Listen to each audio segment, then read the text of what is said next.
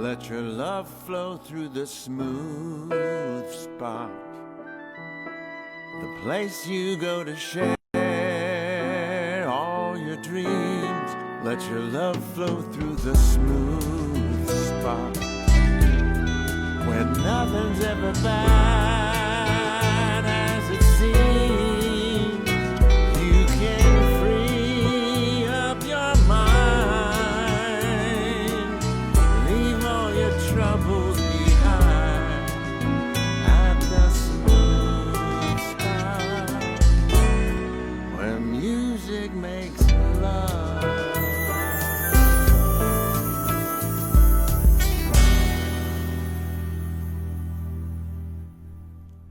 Well, hello, and welcome to Live from the Smooth Spot. I'm Michael Kevin Walsh, your host, and we're here in the Smooth Spot. The Smooth Spot, what's that? Well, that's my recording studio here in my home. And what's Live from the Smooth Spot? Well, I decided I've seen in my work in the studio and doing shows, I meet so many wonderfully talented and fascinating people. I thought, why not do a show and introduce those people to you? I thought that would be fun. Now, we're in the Smooth Spot. You may wonder where in the world is the Smooth Spot? Where are we broadcasting from? Let me give you a look here. There we are, right in Manhattan. Zooming in close. We're right on the west side in Midtown Manhattan. Now we're going to go down to street level, and that's the famous back door of the Smooth Spot. There you can see us on the map. We are between 45th and 46th Street, between 9th and 10th Avenue, and that is my back door. I have a very exciting show for you today. I was set to do it a week or two ago, but I got sick.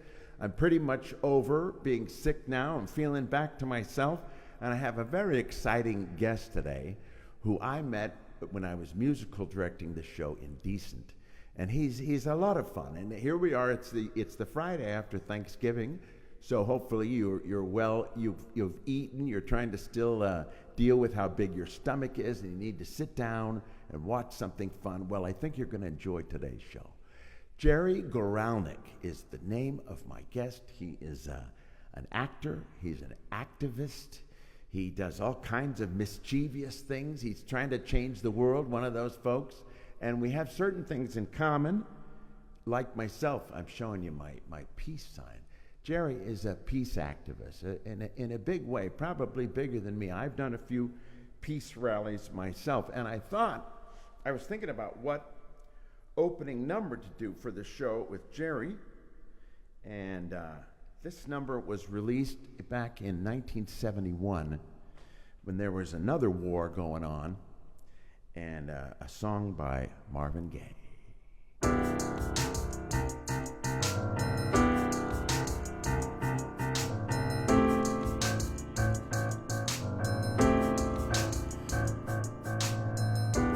Mother, mother, there's too many of you crying.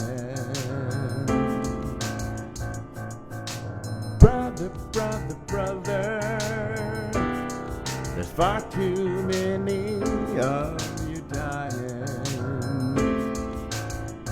You know, we've got to find a way to bring some love in here today. Father, Father, we don't need to escalate, 'cause war is not the answer, for only love can conquer hate. You know, we've got to find a way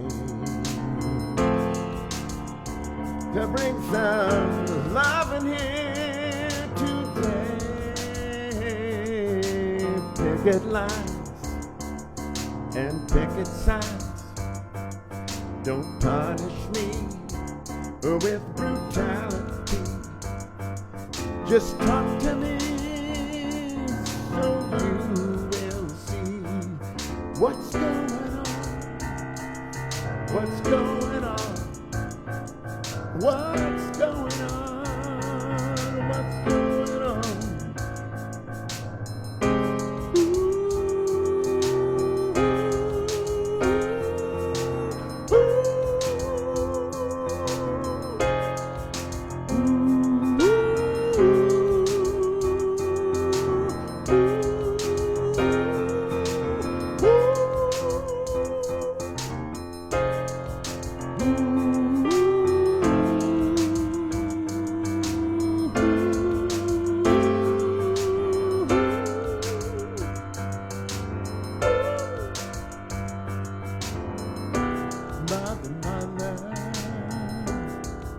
Everybody thinks we're wrong,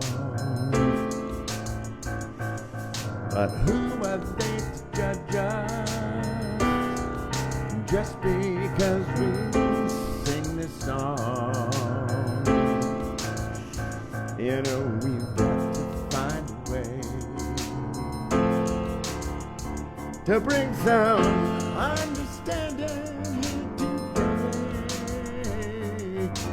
Picket lines and picket signs. Don't punish me with brutality. Just talk to me so you will see what's going on. What's going on? What's going on?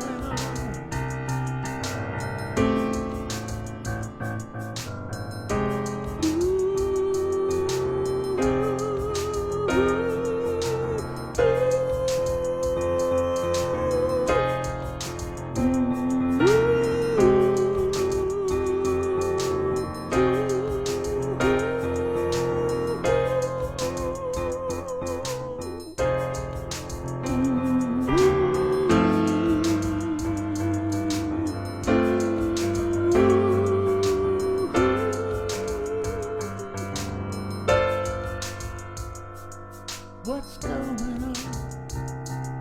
What's going on? What's going on?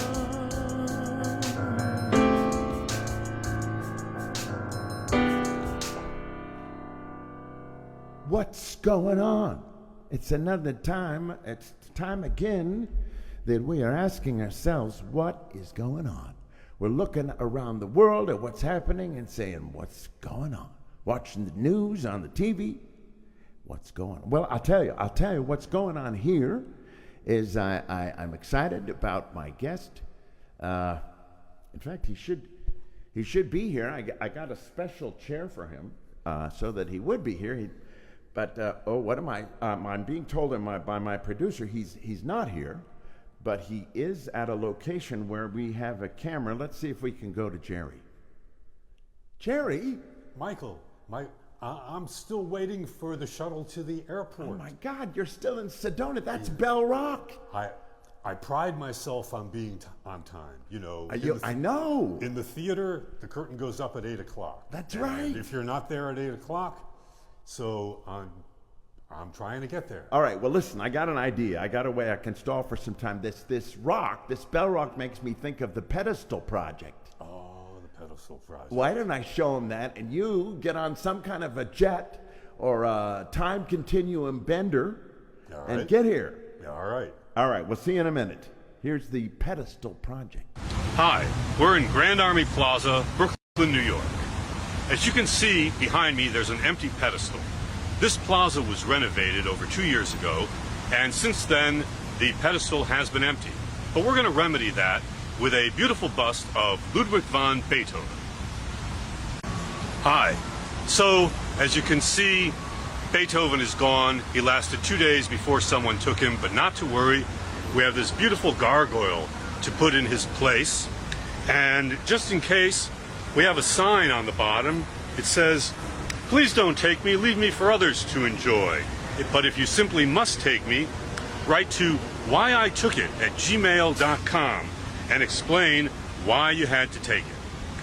So we'll put the gargoyle up. We opened our inbox today and we found an email about the Beethoven. I find the experience of roaming in the park at night and coming across a monument that can be lifted and abducted quite interesting and amusing. So, the gargoyle lasted for 3 days, and as you can see, now it's gone.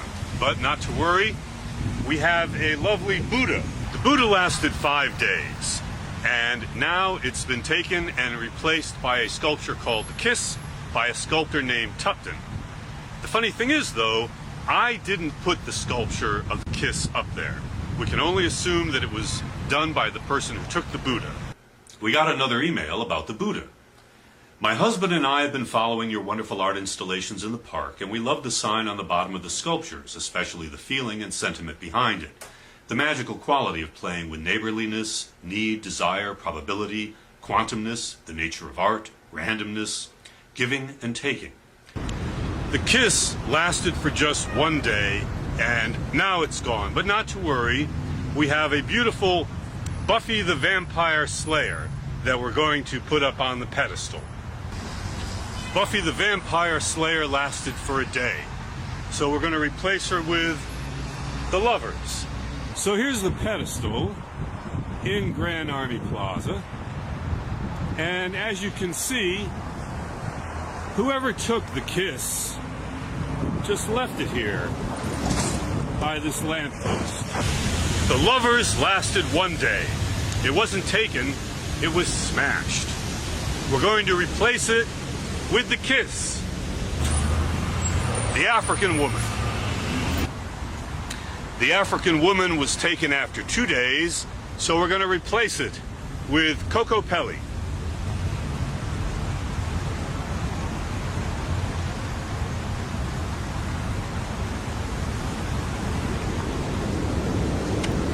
Coco Pelli. So that's the end of the first part of the pedestal project, why I took it. The pedestal project. I like, Jerry, that you ended with the Coco Pelli, which I have in my apartment. I have one of those, and that's something from Sedona. We have a couple of comments. Hope you had a happy Thanksgiving. Carlene Pierce says, I did. I had a wonderful Thanksgiving. I was playing at a party. And Mickey Isabella says that I have that gargoyle too. I like that. Now let's see. Jerry's not here yet, as you can see. Let's see if we can find where he is. I think I have a camera that can get to him. Oh my God, Jerry. Jerry, what's happening? I think I'm in the space-time continuum. Are you tripping? Maybe you took some bad peyote in Sedona. Possibly. Those mushrooms, that's wild. This is our special hallucination camera that can reach you in your hallucination. Well, it's good to be in touch with a little bit of reality. Yeah, but do something. Try to get out of there. Try to wake yourself up. Now. Yeah. Here we go. Okay. All right, do your best. All right. Oh my goodness. Wow, what a journey. What a journey he is on. I hope he can wake himself up and get out of that and get here. Oh, I'm heard he's out of that. He's survived that and back in reality. Well, Jerry, oh, there you are. You're getting close now. I know this place. I've performed here quite a bit. You're in the middle of Times Square. You're only a few blocks from here. Well, I wanted to say, the pedestal project was public art, which I think is really important. People decorate their homes for holidays and things like that. Graffiti, of course. Now we have Banksy. But I think that public art, free art, is really important. And that's why I do a lot of street theater. And I've performed here in Times Square quite a bit. Yeah, we have a shot of you performing there in Times Square back in 2003. That must be no, sir. That was our response to the beginning of the Iraq War. Now, my career, I've been over 35 years with the Living Theater. And often with the Living Theater, when we finish a production, the company will meet and we'll say, well, what do we want to do for the next production? And the war in Iraq had started and everybody said, well, we have to do a play about the war.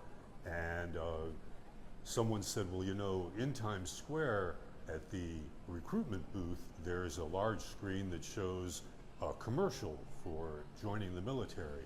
So I went and I filmed the commercial and created a play to perform in front of the commercial. Let's take a look.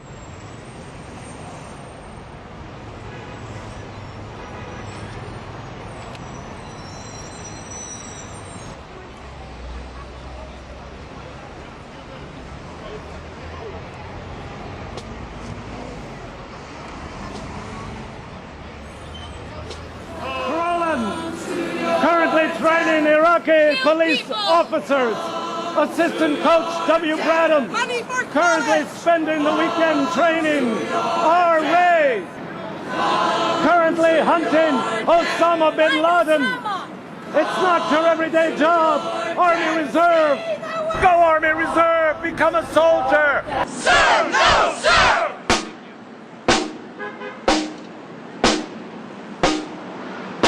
Make history! GoArmy.com, an army of one! Stop the war! Stop the war! Stop the war! Stop the war! Stop the war! Stop the war! Stop Navy, the war! accelerate your... This week, Iraq, He is Robert J. one Settle, soldier, 25-year-old American soldier, killed by explosive device. War is not a game. War is not a game. War is not a game! War is not a game! Master of the sky! Freedom worth fighting for! Freedom worth fighting for! Freedom worth killing for! Freedom worth killing for! No, sir! Stop the war! Stop the war! Stop the war! Stop the war! Wow. The Iraq War, that is when I myself started wearing this peace sign every day, and I haven't stopped since then.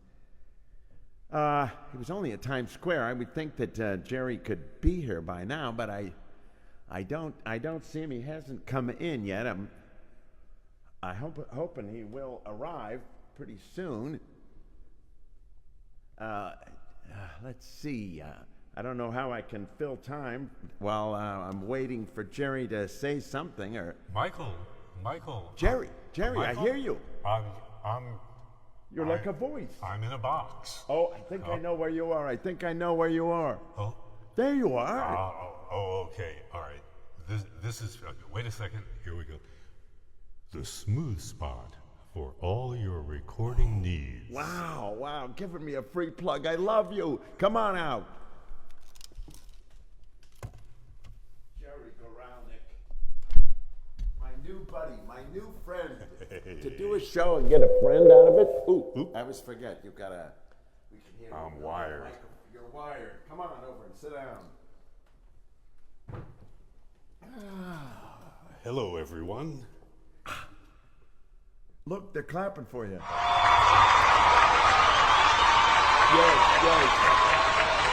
Great to have you here. You can see you get applause. Fabulous. Even a monkey and some people. Jerry Goralnick. Michael. So, what would you call yourself? An actor, a performer, an activist? What word do you put first? That's an interesting question. I think performer. Yeah. Everybody has their idea of what art is. Yeah. Right. And so, and they're all valid. But for me, when I see a performance, or I'm reading a book, or I'm looking at a painting or something like that, I want the art to reach out and touch me, and then to reach into me and grab a hold of my soul, and then rip my soul out and hold it up in front of my face so that I can see it. And then I wanted to tear my soul up into little pieces and throw them in the air so they land helter-skelter. And then I want the art to show me a new way to put my soul together. and that's entertainment. Wow. Wow, a heck of an answer. And you have performed with the Living Theater for 35 years? Yeah. And we met doing a wonderful play called Indecent, which we'll talk about. Let's take a look at the life of Jerry Goralnick. Oh man. Who's Look this at that guy? Look at him, man. He has no idea of what's coming. But I think he does. I think there's just a little bit of a smirk there in the smile, a little bit like, I'm gonna be trouble. Watch out, world. Uh-huh. Now, who's this? Well, so this is very interesting. Now, my parents, they loved the theater. And back in the 60s, there was a circuit of tent theaters, theater in the round. And in the summertime, they would package shows to do this circuit. And we Your had... parents? No, we had subscriptions to go. And that's where I saw West Side Story and Oklahoma, and from like when I was 9 to 13, 14. And then I grew up in the Hartford area. And Hartford, Connecticut. Hartford had a fabulous regional theater in the Hartford Stage Company. And I got a student subscription. And that's where I saw Raisin in the Sun and Long Day's Journey into Night. But when I was about 16, I read Samuel Beckett, and that totally blew my mind. Oh, no kidding. Because I love the theater, and I wanted to express myself that way, but looking at the world and seeing how absurd the world was, and how am I going to make my way? And then I read Beckett. And so that picture that you showed, Let me see. that's me in high school preparing to do Samuel Beckett's Act Without Words. Wow. And that's in college. That's a production of Mandraglio. Let's see. And that's at the Hartford Stage Company, actually. I went to college and I came back to Hartford, and that's a production of the Hotel Baltimore. Oh, fun shit. Now, that's a professional theater. Yeah. You were a professional actor by this time, right out of college. Yeah. Tall, good-looking, skinny guy. Oh, you're sweet. That's my first headshot. Wow. And your second headshot? Yeah. You used to have a lot more hair back in these days. yeah. A lot of hair. Yeah. Third? Look at that. Yeah. The hair keeps going and going. Finally, tried for another look. Yeah. More like today. And that's your last headshot? That's no, because I still have dark hair in that shot. Oh, that's right. I think we have. Are you using the one from Indecent now? I am. Oh, we'll see it in just a minute. Yeah. Now, what's going on here? You're getting arrested, Jerry. So I work with the War Resisters League, which is actually celebrating its 100th year anniversary as a pacifist organization. And we do a number of demonstrations and rallies and actions through the year. And every few years, the UN meets to discuss the Nuclear Non-Proliferation Treaty. And the United States government refuses to participate. Are you serious? I Yes. didn't know that. Oh, yes. With the UN, that particular thing, the United States doesn't send in a... They won't even send an observer. And so, Dr. King said that there's 4 fronts in the fight for social justice. There's the legislature, the courts, the media, and the streets. And I know how to do the streets. And so we would do a civil disobedience while this meeting was going on. It goes on for about 3 weeks. And we had just blocked the entrances to the U.S. mission to the UN. And so it was planned to get arrested. And of course, people on the inside knew what was going on, so that they knew that there were people out in the street who were doing a civil disobedience and saying to our government, we want you to participate in this. Yeah. Oh, wow. Did you spend some time in jail? Yeah, oh yeah. You get in the paddy wagon They take you to the local precinct. It takes you a few hours to get processed, and then you go to court. And what's interesting is usually when you do this sort of a demonstration, you get what's called an ACD, which is you'll be released after 90 days. They will expunge it from your record if you're a good boy. And so we're all sitting there in the court, one by one, going up, and the judge keeps saying 30 days. And I'm going, what's this 30 days thing? And he was, instead of the 90 days you usually get for an ACD, he was giving us 30 days because he was in sympathy with our action. But that meant you spent 30 days in jail? No. You have your ACD is on record, and if What does ACD stand for? it stands for acquittal upon contemplation of dismissal. Oh, wow. And so if you get arrested within that time, they can revisit and possibly give you community service or even jail time. Oh, wow. And so you get your ACD. I've had a few. And in fact, the UN is meeting right now to discuss the Nuclear Non-Proliferation Treaty, and the War Resisters League and a number of other pacifist groups in the New York City area are going to be doing a series of actions. Wow. And you're going to be part of it. And I'll be part of it. Oh, fantastic. Carlene says, hello, Jerry, and she liked the last headshot. Carlene Pearson behind a high school friend of mine. Let's see, what have we got? You arrested, and then this was teaching. So around 2000, another actor in the Living Theater and I started to market ourselves to university and college theater programs to teach political theater. Oh, right. Wow. And so over the past 15 years, I've been to dozens of schools and staged theater pieces or just, done exercises, talked about political theater. And in fact, in February, I'll be going to DePaul University in Indiana. No kidding. Yeah. Okay. Wow. Yeah. All right, let's see. That's you hanging from a big box. Now that's a Living Theater production called Mysteries in Smaller Pieces. And yes, there's a bunch of rituals, theatrical rituals that the play is made up of. And that's one of them. It's an experience of oppression, being in the box. How does that make you feel? Yeah. So we do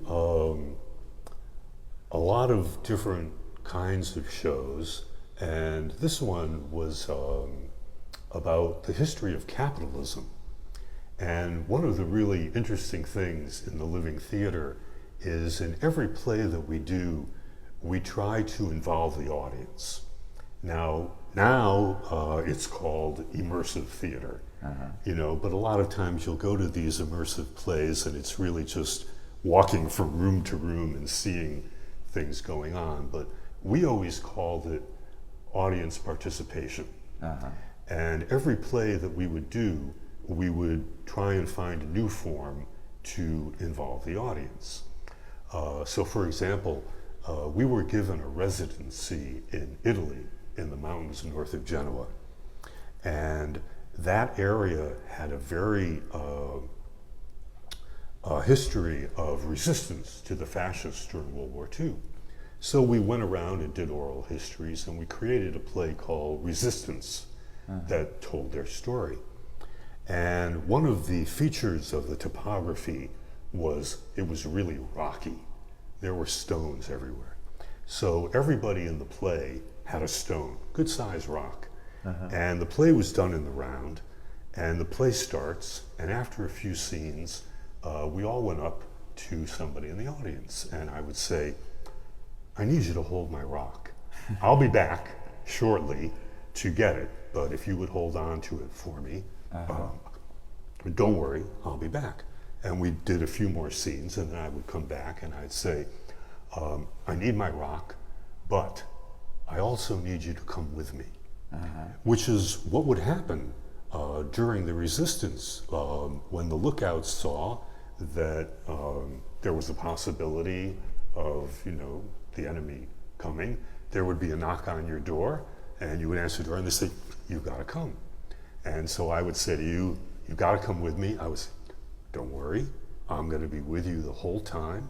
You just do what I do," and brought that person on stage.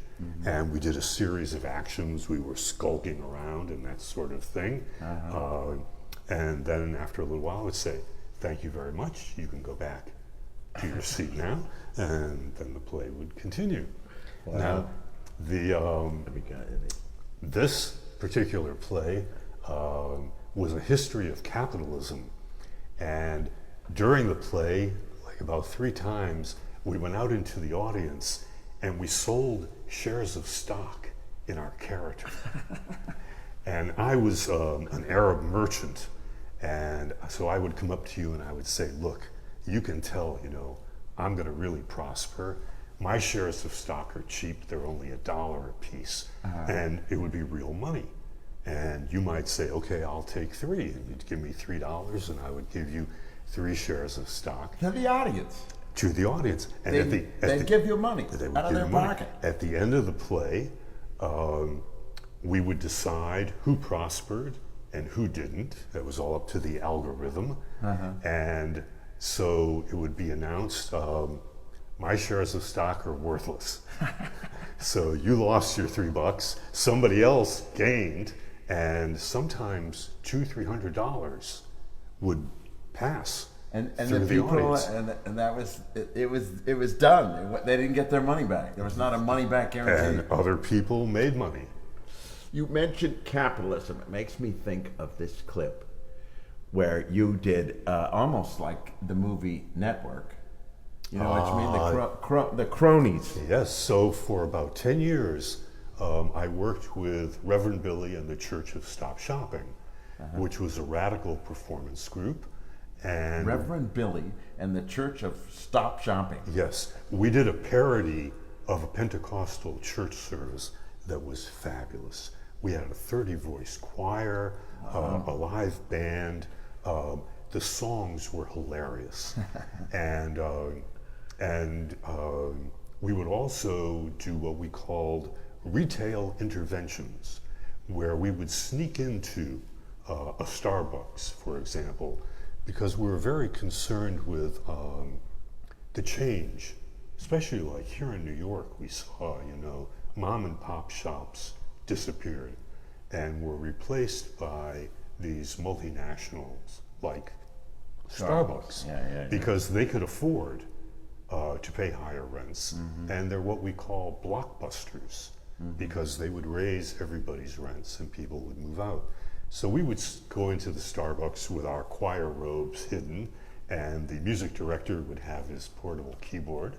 And that all was of a sudden, Nehemiah. Was that Nehemiah Luckett? would be Nehemiah. Who I recorded. Yeah. Great guy, Yeah. great guy. And we would throw on our robes and we'd sing a song, and Bill would put his hand on the cash register and cast the demons out of the cash register.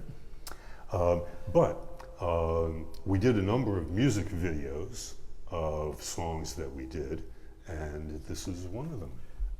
But this is a lot of acting before the music comes in. You do quite a scene. Let's take a look at it. Let's take a look.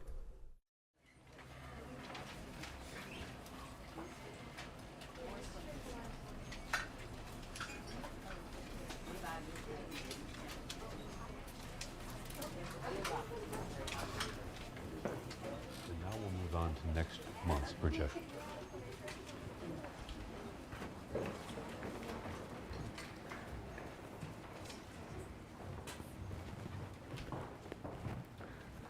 They tell me you're a madman.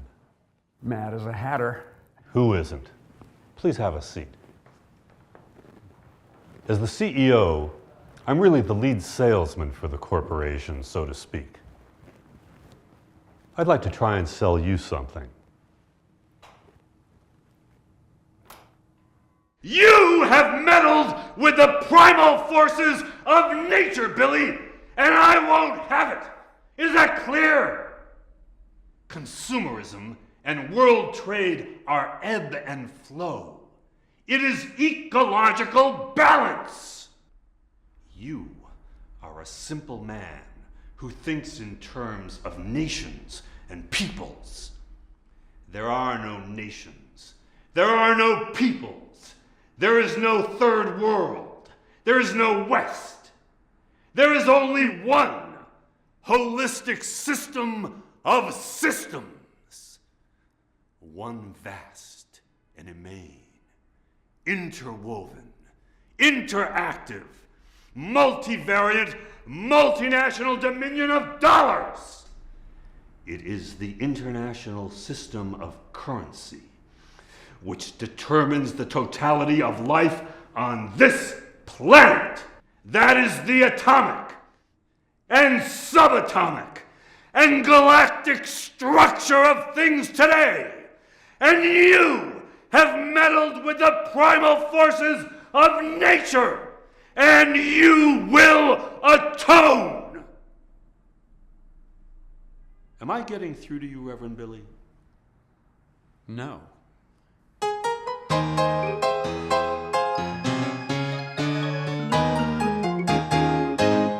Well, we got cronies in the boardroom, and they're slicing up the pie. We got books being cooked now. All the roses lie. Quite a scene, quite a scene. Yeah. Nicely filmed too, the look of it with those green lamps, and you Well, were I great. have to tell you that there are a number of documentaries about us, and there's one that recycles during the holiday season. It's called "What Would Jesus Buy?" Oh. And the church did a cross-country trip to Disneyland, and on Christmas Day we infiltrated Disneyland. And at a certain moment, you know, there's Main Street, USA. Yeah. And so there were restrooms on either side, and we went in and we put on our robes and we marched out singing our theme song, Stop Shopping. And we started parading down Main Street, USA. And of course, the Disney people don't want anyone to know that anything untoward is happening, so they couldn't just stop us. And we continued on, and after a little while they led us backstage in Disneyland, where you can see Snow White puffing on a cigarette. And so I think, if I can make a plug, I think the Sundance Channel shows What Would Jesus Buy every year around Christmas time. And you're in it. Yeah. Fantastic. The whole church. All right, let's see what else we have here. Yeah. So I this think was, we know who that character is. Yeah. This was a production that the Living Theater did called I and I. And this was an actual script. Often we do collective creation. Now they call it devising. But we always called it collective creation, where the entire company works together. And we always had a composer also who worked with us. And I was written by a German poet, Elsa Lasker Schuler, and she was trying to reconcile her being a pacifist and her wanting to kill Hitler. And so I was cast as Hitler, and the theater was a cafe, and the audience sat at cafe tables. And there were different platforms, and I'm on one platform, and I appear as Hitler, and I have my little spiel.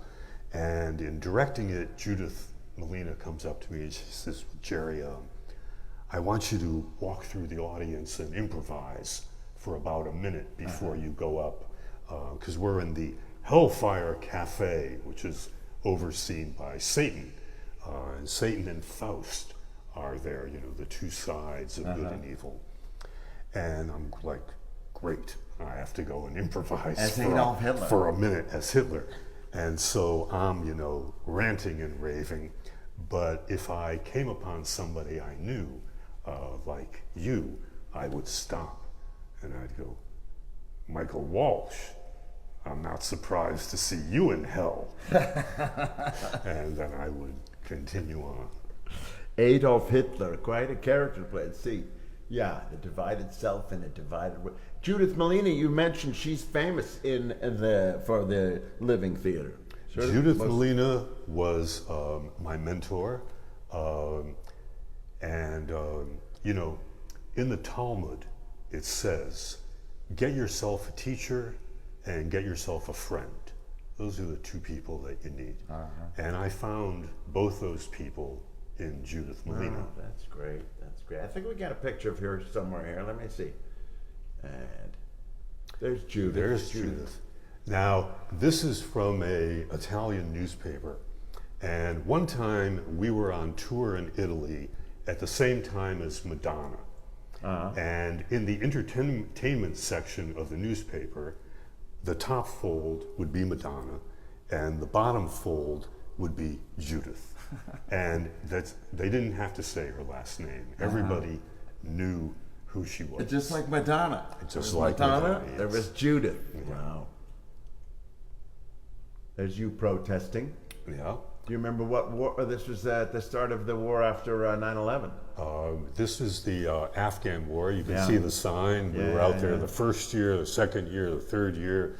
This was the 15th year. Yeah, it was a long war. And this is my aesthetic. I'm a sign maker. When I go to demonstrations, I think that messaging is really important. And so I would make signs to always carry whenever I would go to a Very demo. nice. Stephen Silverstein says he loves the pics. He was episode 8 was Stephen. Very nice guy. Let's see. Back to here. And another sign. A protest, right? This is on tax day, and every year we would do a demonstration in front of the IRS, where we would point out that half of your tax dollars is going to the Defense Department. Yeah. And we would say, move the money, or we would encourage people not to pay their taxes. Which, as a civil disobedience, this is like the original. This is from Thoreau's essay on civil disobedience. He was in jail because the Mexican War had started, and he refused to pay his taxes. Yeah, because they were going towards the war. They were going towards the war. Yeah. Let's see. Now, this was a fun performance. This was a couple of Brazilian directors went around the world and they staged this. They were looking for radical performers, and I signed up, and we had to do a very, very slow Buto kind of walk from Union Square all the way up to the Apple store at 59th Street. And we were coated in potter's clay. So everybody went to a thrift store and bought a $15 suit and slathered ourselves. And we have these blindfolds, and we're slowly marching up Fifth Avenue. And of course, my focus is just, straight ahead. And I hear an adult go, "Well, I don't know what this is." And then I hear a child's voice say, "Well, they're blind consumers." With their blindfolds on. Now, this is another public art piece. This is wonderful for performers. A lot of artists now will do installations where they will hire performers to be part of their installation. And this was a big tower, one of the glass towers on 6th Avenue, and they gave over their ground floor to gallery spaces. They divided them up into a lot of galleries, and this fellow hired me, and he put bleachers facing the outside in the space, and I had to go there every day Monday through Friday for 6 weeks for an hour. And I had a schedule. What I did, I brought a salad and I would eat my salad. I would read the newspaper, talk on my phone. I would call somebody like I might have called you, and we would talk for a few minutes. And this was all part of the performance. This was the performance. I had to be there for an Scripted hour. that you do these things. I sort of figured out. I had a journal. I would sit and write in my journal for 5 minutes. The artist's name is Lee Walton. And you can go to Lee's website and you can see various performance pieces that he's staged. Oh boy.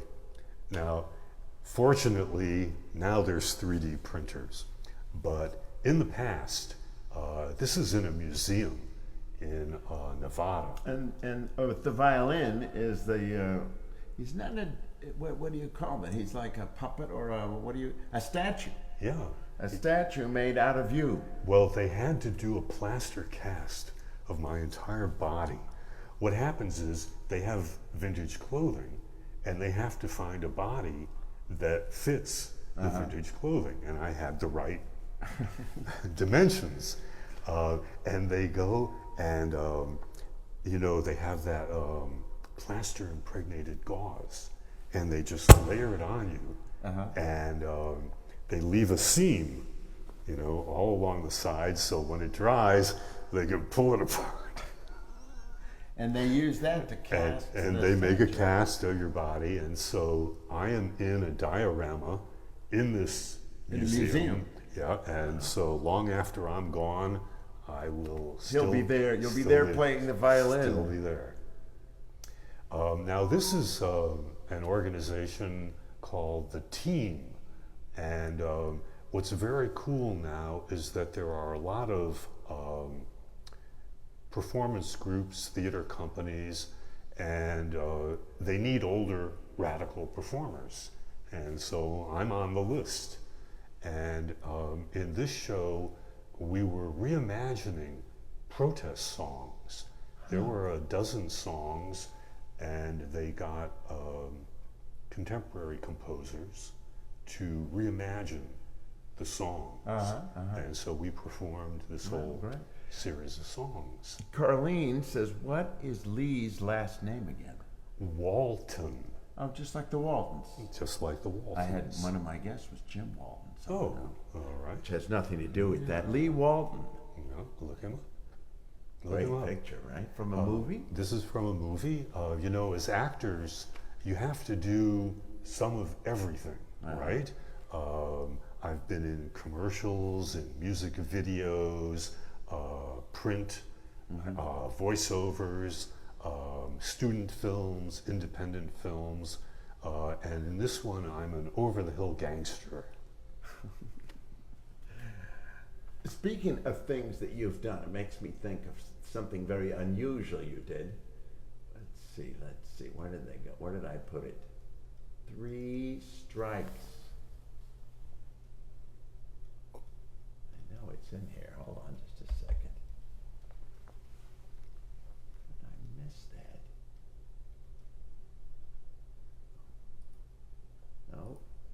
No. We're traveling through history. And I know I put this in here. Now I can't seem to find it. There it is. You see it?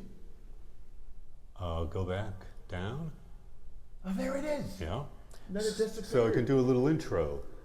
When I was working with the Church of Stop Shopping, I met the Yes Men. And the Yes Men are very wild. They do what is called culture jamming. And culture jamming is a tactic where you choose an issue that is being overlooked and you create a hoax about it that is so outlandish that it will be covered by the media. And in that way, you will get people to see the issue. Yeah, this is part of the reason that I introduced you as mischievous. So let's take a look at this little bit of mischief you did. Hi, my name is Mark Ramos, and I'm excited to introduce a new program being brought to you by McDonald's and the New York City Police Department. Surprisingly, a large number of New Yorkers who were stopped and frisked turned out to be innocent. And recently, our partners in the African American and Hispanic communities reached out to us expressing concern that a large number of those stopped and frisked were from their neighborhoods. That's why we're excited to introduce our new 3 Strikes, You're In initiative. While the NYPD can't stop using stop and frisk, McDonald's can help police reward law-abiding citizens. Simply go to www.3strikesyou'rein.org and obtain a blank voucher. Every time you are stopped, frisked, and released, simply fill out your name, ethnicity, date and time of stop, and the officer's badge number. After 3 stops, you're in. Bring your completed voucher to your nearest McDonald's and exchange it for a free Happy Meal. If you are stopped and frisked 3 times by the NYPD, you get a free Happy Meal. People talk about broken window policing, but we'd like them to think about issues like what happens in a young person's mind when they know that when they leave the house, they're targeted. Jerry Goralnick and Diva Durant created the site. They're with a local activist group called People Enraged by Racial Policing. This new initiative, you get stopped more than 3 times by a police officer, you get a free Happy Meal. Rosa.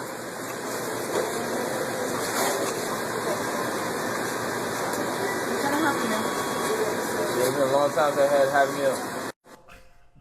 So I got a few Happy Meals out of McDonald's, didn't you? I knew the Yes Men, and then I saw that they were given a residency at NYU, and they were offering a free class. And so I went, and they said, well, you have to choose an issue. And the person sitting next to me had been working on stop and frisks. And so I said, oh, well, I'll work with you.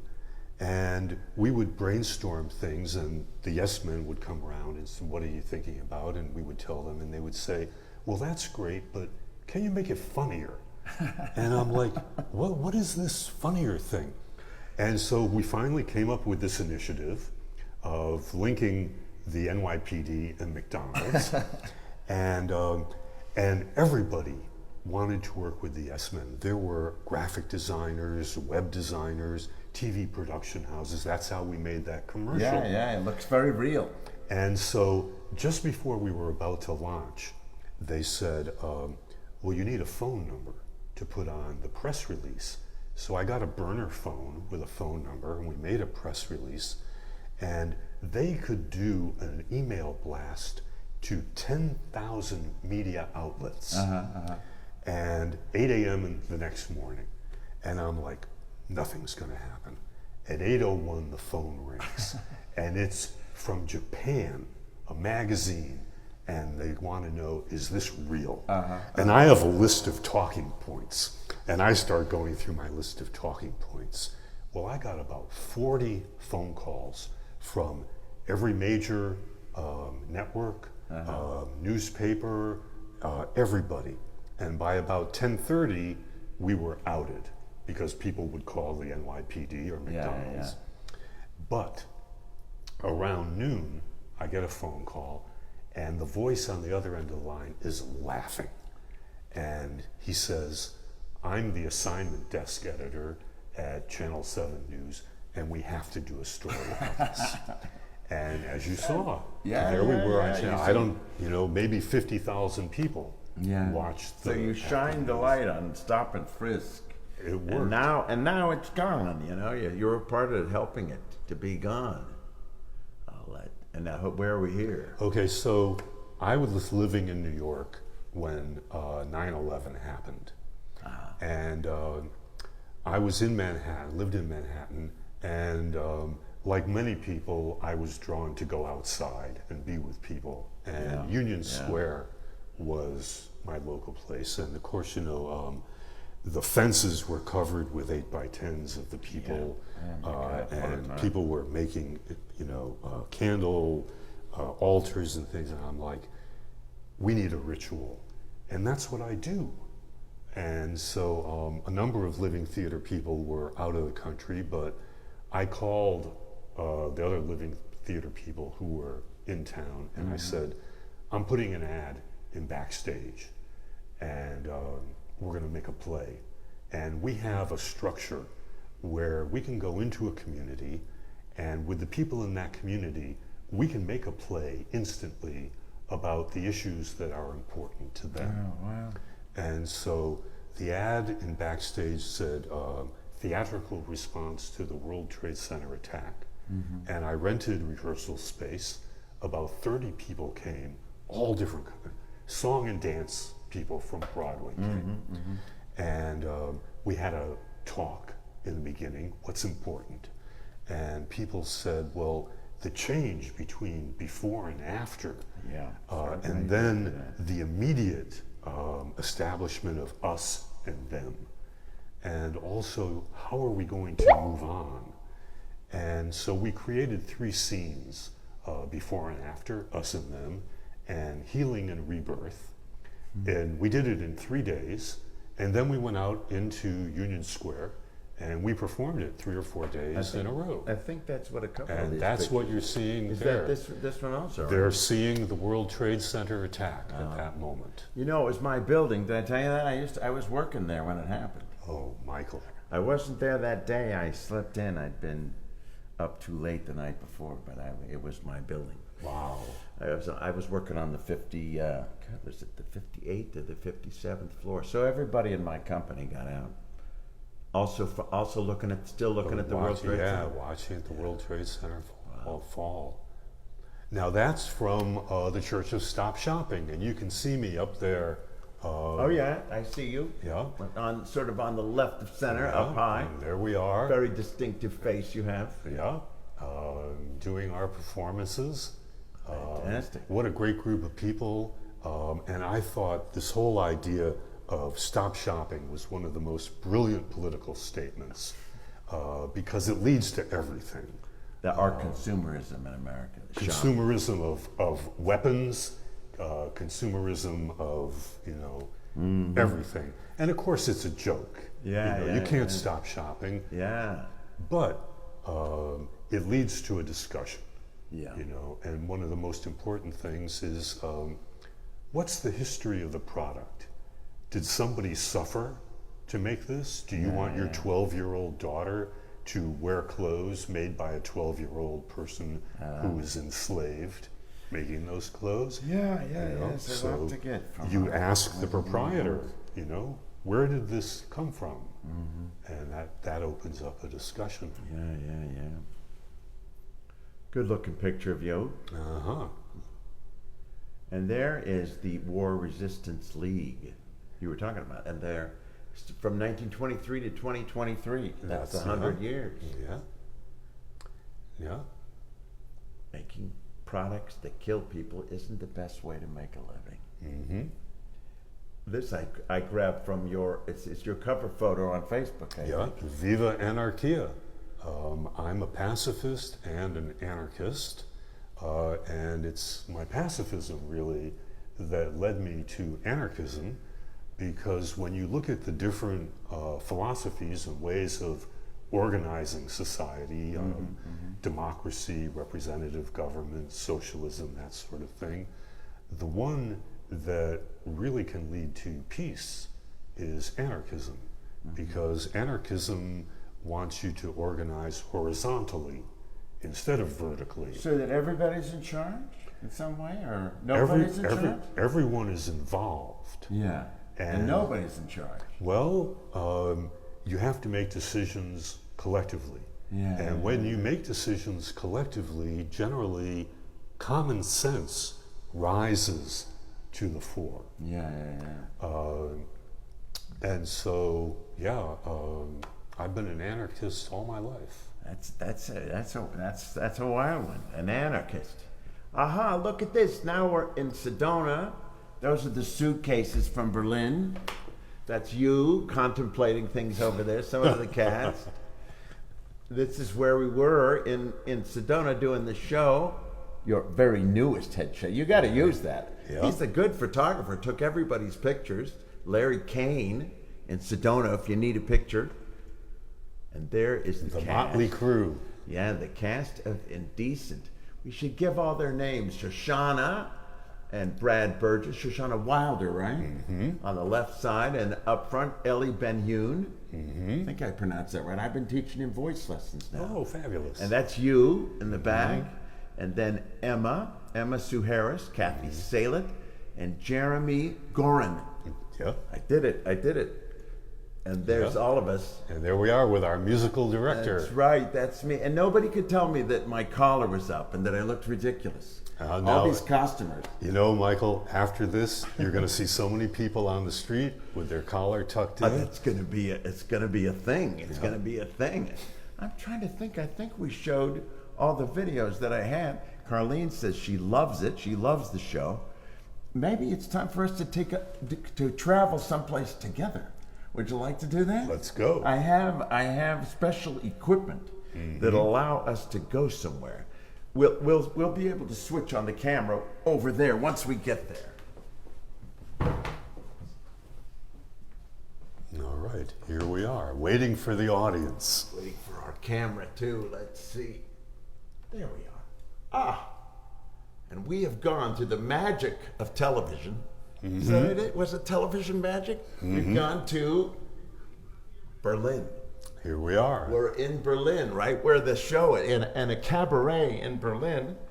It is the first for the show, for the Live from the Smooth Start. We're going to do a song in German. And this was a song in Indecent, which we just finished doing, which Jerry got to sing, and I didn't get to sing it, so now I do. And it's in German, so I'm going to translate it. The song is called Ich hab noch einen Koffer in Berlin.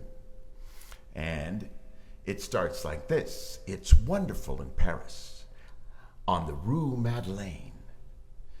It's beautiful during May in Rome to stroll through the city, or during a summer night to quietly drink wine in Vienna. But I'd rather hang out, even if you laugh, today in Berlin. I have a little suitcase in Berlin, and that's why I have to go there soon. The joy of days gone by, and still in my little suitcase. Are still in your little suitcase. They are. Yes, and indeed. I still have a suitcase in Berlin, and it stays there. And that makes sense. That makes sense that it's there. Yes, indeed. It's, let's see, in this way, it's worth a trip. So whenever I have a longing, then I can go back again. Now, of course, these lyrics are very innocuous, but actually it's a song all about sex. And the little suitcase is our little side lover in Berlin that we go and visit. So it's not just a suitcase. Without further ado,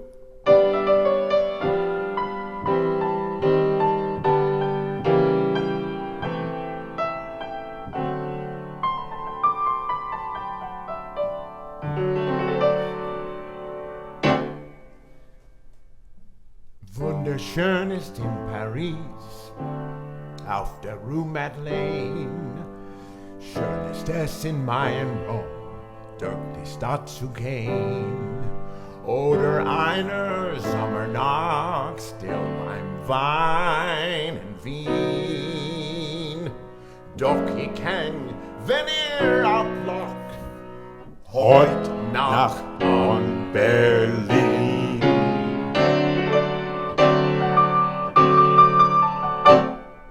Ich hab noch einen Koffer in Berlin. Deswegen muss ich nachts denn wieder hin. Die Seligkeiten, vergangene Seiten, sind alle noch in meinen kleinen Koffer drin.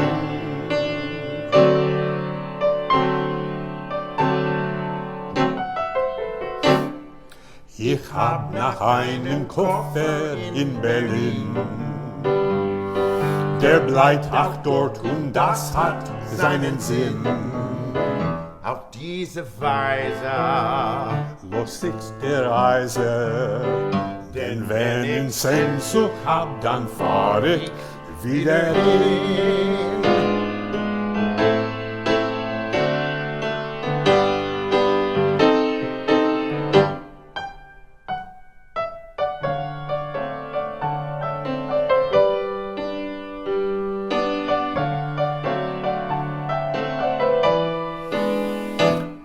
diese Weise und sitzt der Reise. Denn wenn ich Sehnsucht hab, dann fahr ich wieder hin.